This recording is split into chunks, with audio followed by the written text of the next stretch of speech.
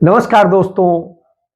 जब राहुल गांधी कहते हैं कि यह लाल किताब नरेंद्र मोदी के लिए सिर्फ लाल किताब है, वह लाल किताब है जिसे उन्होंने कभी पढ़ा नहीं है। प्रधानमंत्री जी कहते हैं कि मैं संविधान को पब्लिक मीटिंग में दिखाता हूं और संविधान खाली है। संविधान उनके लिए खाली है क्योंकि उन्होंने ये संविधान जिंदगी में पढ़ा नहीं है। उनको कोई आइडिया नहीं कि इस किताब के अंदर क्या लिखा हुआ है। इसीलिए प्रधानमंत्री जी के लिए यह संविधान खाली है। वो कहते हैं कि लाल रंग का संविधान राहुल गांधी दिखाता है। देखिए, इस पर क्या रंग है, नीला है, लाल है, हमें कोई फर्क नहीं पड़ता। इसके अंदर जो लिखा है उसकी हम रक्षा करते हैं, उसके लिए हम जान देने को तैयार हैं। जिसका वो सम्मान करना नहीं जानते, जिसके बारे में उनकी आत्मा में कोई विचार नहीं है, जिसे वो खत्म करना चाहते हैं, यह वही संविधान है। जी हां, यह वही संविधान है जिसे नरेंद्र मोदी, भारतीय जनता पार्टी, आरएसएस खत्म करना चाहती है। राहुल गांधी उसको बचाने के लिए कहते हैं हम अपने प्राण त्याग देंगे, लेकिन यह संविधान बचा के रहेंगे और इसके लिए हम कुछ भी करेंगे। मल्लिकार्जुन खड़गे बताते हैं कि कैसे भारतीय जनता पार्टी, आरएसएस और उनके विचारकों ने किस तरीके से दिल्ली के रामलीला मैदान में संविधान को ही आग लगाई थी। इससे बड़ा और अपमान क्या हो सकता है? संविधान को जलाया था। रिजर्वेशन का तो मामला हमने कॉन्स्टिट्यूशन में लाया।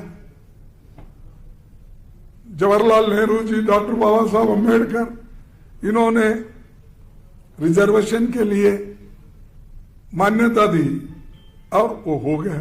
अब उसको छेड़ रहे।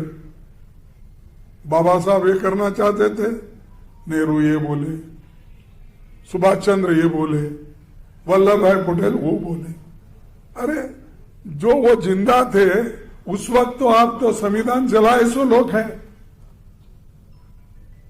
तिरंगा झंडा तुम नहीं लगाते थे अपने ऑफिस के ऊपर, अशोक चक्र को नहीं मानते थे। मनु के आधार के ऊपर संविधान बनना यह तुम्हारा कहना था। अब आपको संविधान की याद आई। हम तो देश को सुरक्षित रखना चाहते हैं, देश को एक रखना चाहते हैं।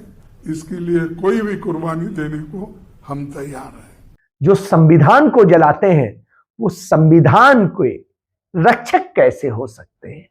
वो तो आपका छीनना चाहते हैं। यदि पूना पैक्ट नहीं होता महात्मा गांधी, बाबा साहब भीमराव अंबेडकर के बीच, तो क्या संविधान में जो आपको सुरक्षा संरक्षा दी गई है वो मिलती? क्या यह संरक्षा मिलती है यदि पंडित नेहरू डॉक्टर भीमराव अंबेडकर को संविधान सभा में शामिल न करते, उन्हें प्रारूप समिति का अध्यक्ष न बनाते और फिर उनके बनाए संविधान को वह स्वीकार न करते? निश्चित रूप से बड़ी बात कह दी कि हमारे पूज्य प्रथम प्रधानमंत्री पंडित जवाहरलाल नेहरू की जन्म जयंती पर हम आपसे बात कर रहे हैं, और जब यह बात कर रहे हैं तो हमें उनकी बातें याद आती हैं। उन्होंने क्या किया है वह याद आता है। यह याद आता है कि उन्होंने कैसे, कितनी मुश्किलों से यह देश बनाया, इसको आजादी दिलाने के लिए न जाने क्या क्या किया। बहरहाल, तो पंडित नेहरू ने एक बात कही थी, जब आरएसएस वाले कहें कि वो पूर्व दिशा में जा रहे हैं, तब आप उस दिशा को छोड़ के बाकी 3 दिशाओं में उन्हें खोजिए। तो यानी आज समझ सकते हैं कि वो जो कह रहे हो वही नहीं करेंगे, वो भ्रमित करते हैं आपको। क्यों? पंडित नेहरू ने इसीलिए कहा था कि इस सांप्रदायिकता ने महात्मा गांधी की हत्या कर दी है, इसलिए मैं इसे कभी बर्दाश्त नहीं कर सकता हूं। और दुनिया में जितनी भी बुराइयां हैं, डर उन सब की बुनियाद में है। इसीलिए राहुल गांधी बार बार आपसे कहते हैं, डरो मत। पंडित नेहरू ने यह बात बड़े सलीके से समझाई थी, शासन के मूल में जब तक मेरा हाथ है, मैं भारत को हिंदू राष्ट्र नहीं बनने दूंगा। पंडित नेहरू ने यह डंके की चोट में कहा था कि इसीलिए भारतीय जनता पार्टी के लोग, आरएसएस के लोग उनसे चिढ़ते हैं, नरेंद्र मोदी और वो सब लोग चिढ़ते हैं, जबकि सरदार वल्लभ भाई पटेल ने आरएसएस पर प्रतिबंध लगा दिया था, लेकिन पंडित जवाहरलाल नेहरू ने दया दिखाकर उसका प्रतिबंध खत्म किया। यही शायद उन्होंने सबसे बड़ा गुनाह किया था, यही उनका अपराध है। नहीं तो शायद आज इतनी बुरी दशा नहीं होती।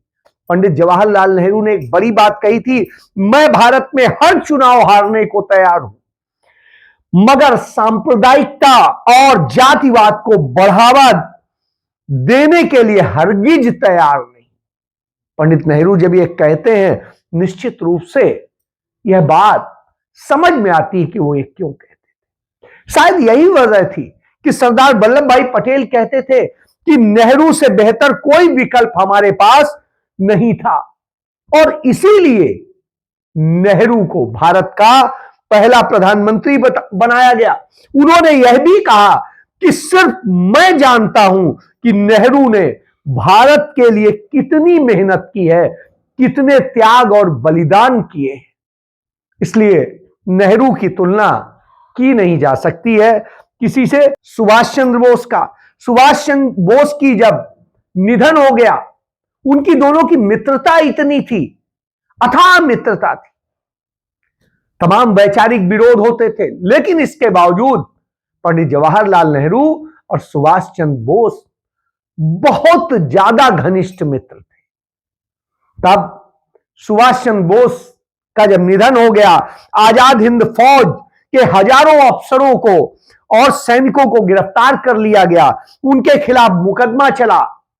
तब पंडित जवाहरलाल नेहरू ने सालों साल जो भारत की आजादी की लड़ाई के लिए अपनी काला कोट उतार के रख दिया था, बैंड उतार के रख दिया था, फिर से पहना और उन्होंने लाल किले में होने वाली उस सुनवाई में हिस्सा लिया और आजाद हिंद फौज के सारे सिपाहियों और उनके अफसरों के पक्ष में मुकदमा लड़ा। महात्मा गांधी ने क्यों उन्हें चुना? याद करिए, पंडित नेहरू को भारत की आजादी के आंदोलन में कूदे हुए सिर्फ 10 साल हुए थे, और 1927 में पंडित जवाहरलाल नेहरू ने जब महात्मा गांधी और अपने पिता मोतीलाल नेहरू की इच्छा के विरुद्ध, जब उनके पिता राष्ट्रीय अध्यक्ष थे, तब उन्होंने लाहौर अधिवेशन में वह भाषण दिया जिसने सबको झकझोर दिया था। महात्मा गांधी डोमिनियन स्टेट की बात कर रहे थे, डोमिनियन स्टेट की बात कर रहे थे उनके पिता मोतीलाल नेहरू, और उनके पिता मोतीलाल नेहरू ने ही हिंदुस्तान में पहली बार संविधान का मसौदा तैयार किया था, जिसे नेहरू रिपोर्ट के नाम से जाना जाता है। मोतीलाल नेहरू जी की वह रिपोर्ट ही थी जिस पर बाद में डॉक्टर भीमराव अंबेडकर सहित संविधान सभा के तमाम सारे लोगों ने मिलकर संविधान का निर्माण किया था। यानी उसकी सारी रूपरेखा पंडित मोतीलाल नेहरू ने तय की थी। बावजूद इसके पंडित जवाहरलाल नेहरू उनसे खुश नहीं थे। उनका मानना था कि हमें डोमिनियन स्टेट नहीं चाहिए, हमें तो वह देश चाहिए जो देश पूर्ण रूप से भारत के लोगों के अधीन हो। यह नहीं चलेगा कि राजा, किंग, महारानी तो वहां से होंगी, ब्रिटेन राज करेगा, लेकिन हम सरकार चलाएंगे। नहीं, हम सरकार तब चलाएंगे जब सरकार का प्रमुख भी हमारा होगा। यही तो पंडित जवाहरलाल नेहरू की सोच थी। पंडित जवाहरलाल नेहरू वह शख्स थे जिनके मन में दर्द था, इसीलिए उन्होंने पूर्ण राज्य की बात की। और जब संप्रभुता संपन्न राष्ट्र की बात की तब खलबली मच गई। तमाम सारे कांग्रेस के लोगों ने इस्तीफे दे दिए। बहरहाल महात्मा गांधी ने उन सब के इस्तीफे तो वापस कराए, साथ ही एक लेख लिखा जो यंग इंडिया में उन्होंने लिखा। उसमें लिखा कि नेहरू मेरे अक्स हैं, यानी नेहरू ही वो हैं जो इस भारत में करेंगे, उनके उत्तराधिकारी होंगे और इस देश को चलाने का काम करेंगे। 1935 में आजादी के संघर्ष में 50 साल पूरे कर चुकी कांग्रेस आजादी की लड़ाई को अब निर्णायक दौर में ले जा रही थी। साल था 1936। लखनऊ में कांग्रेस का अधिवेशन और अध्यक्ष थे पंडित जवाहरलाल नेहरू। अधिवेशन से कुछ ही दिन पहले 28 फरवरी को पंडित नेहरू की जीवन संगिनी कमला नेहरू जी का देहांत हुआ था। लेकिन हर पल भारत माँ की आजादी का ख्वाब देखने वाले कांग्रेस जनों के लिए निजी दुख और संताप बहुत पीछे छूट चुके थे। इस अधिवेशन में पंडित नेहरू ने अपनी कार्य समिति में सरदार वल्लभ भाई पटेल, सुभाष चंद्र बोस, राजेंद्र प्रसाद, आचार्य नरेंद्र देव, जयप्रकाश नारायण, राजा जी, अच्युत पटवर्धन को शामिल किया।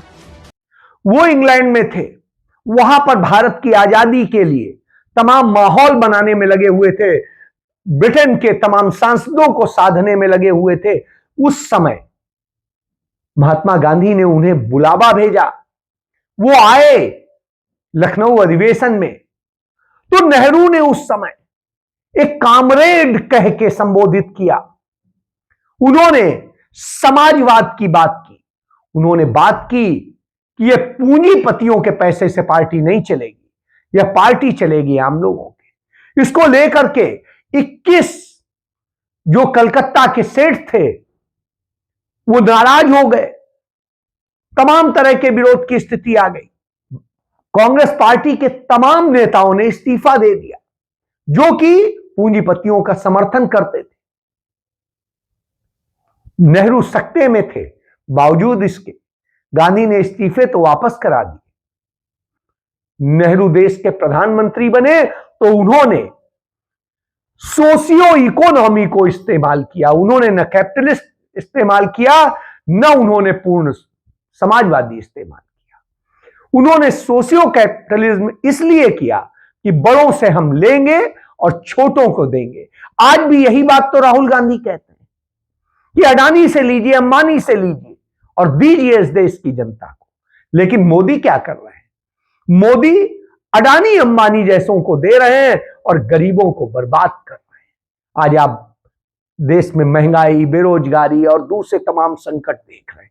इसी कारण से सरदार वल्लभ भाई पटेल ने एक चीज कही थी, वह किसी को भी जाननी चाहिए कि नेहरू दर्द को समझते हैं, आम आदमी के दर्द को समझते हैं कि द्वापर से कलयुग बहुत दूर पड़ता है, लेकिन सच्ची मानवता इस दूरी में को नहीं मानती। कितनी सजीव थी उस पुरुष की मानवता जो कलयुग में खड़ा होकर द्वापर के अन्याय से तिलमला उठता था। रामधारी सिंह दिनकर ने ये शब्द लिखे हैं। उन्होंने बताया है कैसे पंडित नेहरू वह शख्स थे जो जब एकलव्य का अंगूठा कटवा लिया था द्रोणाचार्य ने, उस बात को द्वापर में हुई इस घटना को लेकर के चिंतित थे, दुखी थे, व्यथित थे कि क्या ये भी होता है, गुरु ऐसा भी कहीं करता है और शिष्य के जीवन को बर्बाद करने का काम करता है। एक छोटे दलित, पिछड़े, आदिवासी, अल्पसंख्यक इन सबको मार देने का काम करता है। नहीं, यह नहीं होना चाहिए। सबको बराबरी का हक मिलना चाहिए। इसीलिए पूरे दुनिया में नेहरू ही वह व्यक्ति थे जिन्होंने संविधान में इस देश के हर व्यक्ति को, बालिग व्यक्ति को मतदान का अधिकार दिया, अपनी सरकार चुनने का अधिकार दिया। यह दर्द था। आज राहुल गांधी उसी दर्द की बात करते हैं। राहुल गांधी जब बात करते हैं दलितों की, पिछड़ों की, आदिवासियों की, अल्पसंख्यकों की और वंचित वर्ग की, उस 90% की जिसकी बात पंडित नेहरू किया करते थे, तो आज भी वही जरूरत है। शायद यही वजह थी कि मोहम्मद रफी ने कहा था कि करती है फरियाद यह धरती कई हजारों साल, तब होता है जाकर पैदा एक जवाहरलाल। आज सोचिए, जब रफी साहब यह लिखते हैं, यह गाते हैं, तो बड़ी बात है, सामान्य व्यक्ति के लिए नहीं होता है। पंडित नेहरू बच्चों को सिखाते थे। तो अब एक कोशिश करनी है कि अपना देश ऐसा बनाएं और दुनिया ऐसा बनाएं जिसमें लड़ाई झगड़ा ना हो, कम से कम हो, लोग मिल के रहें, काम करें, अपना भी फायदा हो, देश का भी हो। तो लड़ाई झगड़ा करने से तो होता नहीं। तो जब यह सारे विषय होते हैं तो निश्चित रूप से आता है। लेकिन नेहरू को बदनाम करने, नेहरू को लिए मिथक बनाने और जाने क्या क्या चीजें करी गई हैं, इनको लेके तमाम पुस्तकें लिखी गई हैं, उनमें तमाम तथ्य दिए गए। लेकिन भारतीय जनता पार्टी, आरएसएस के लोग क्या करते हैं, नेहरू अपनी बहन के साथ होते हैं तो उसको इस तरह से प्रस्तुत करते हैं, क्योंकि हर कोई तो जानता नहीं कि अरे देखो नेहरू ये कर रहे हैं। अपनी भांजी को गले लगाते हैं तो ये देखो नेहरू तो ऐसा है। वो साराभाई की बेटी, जिसे वो बेटी की तरह से मानते थे, उनको गले लगाते हैं तो उनको लिए जाने क्या क्या होता है। इसी तरीके से अपने परिवार के लोगों को जब करते हैं तो उन्हें लांछित किया जाता है। पंडित नेहरू कहते थे कि बच्चे बगीचे में कलियों की तरह हैं और उनका सावधानी पूर्वक और प्यार से लालन पालन किया जाना चाहिए, क्योंकि देश का भविष्य, कल के नागरिक वही हैं और वही देश चलाएंगे, सब कुछ करेंगे।